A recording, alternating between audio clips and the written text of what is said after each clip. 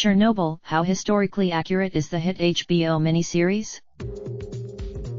In contrast with HBO's other flagship TV show Game of Thrones, Chernobyl was announced with very little fanfare.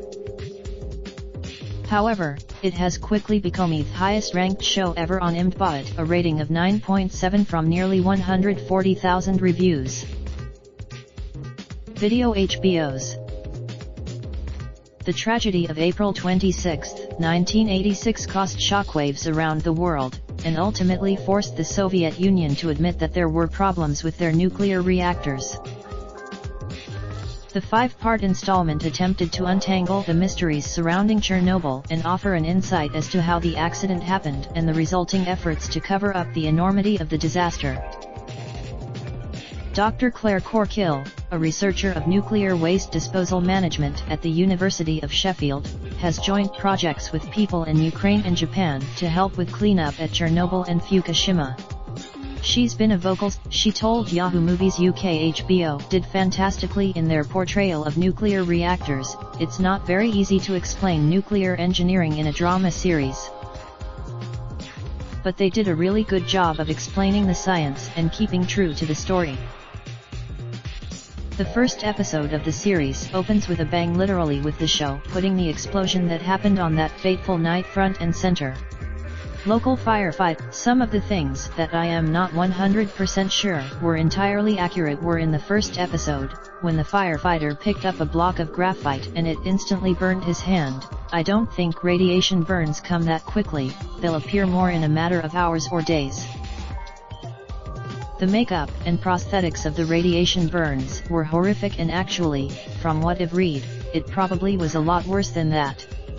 In the HBO's gallery, what HBO's Chernobyl gets right and wrong about the world's worst nuclear power plant accident. Business Insider. I knew quite a lot about Chernobyl because I have visited there before, and I work with the Ukrainian Institute of Science on trying to understand how to remove the fuel, but I didn't know so much about the human cost. That was something I've learned from the program.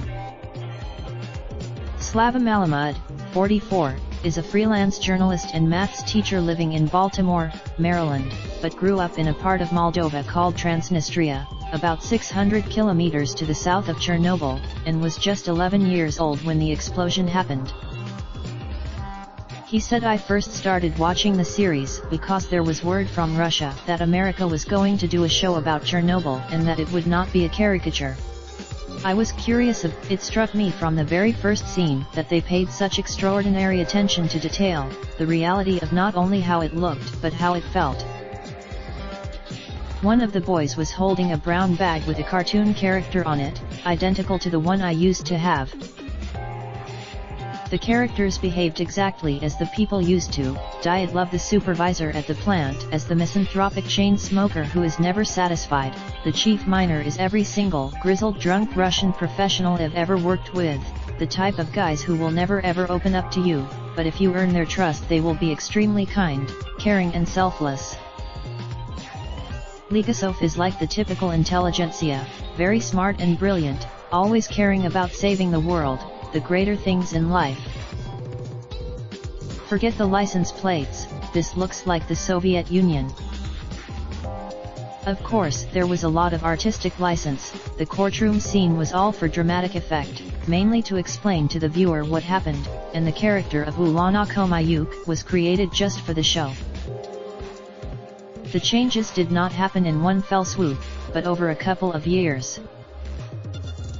Also, there was some dialogue I felt could not have happened in real life, for example between Ligasov and Shcherbina, where they basically bashed the Soviet Union. That sounded a little forced and like they were trying to make a point. They were both true believers of the system, neither were angels, but they were in the circumstance where they had to do the right thing and they did it. Most of the inaccuracies came from a storytelling perspective, the fact that they had to condense so many months and years into 5 episodes. It was the craziest thing. He said, I don't want to watch it because I've been there. When I asked him how this had never come up in conversation, he told me, well, you never asked me, and when I asked him to talk more about it, he said I can't say because I signed a paper and I can't violate that. which is such a Soviet thing to say. MSN are empowering women in sport this summer. Find out more about Raindrop, drop top smoking, no cooking the hot pot. Fucking on your bitch, yeah, that. Looking up, open the park pot.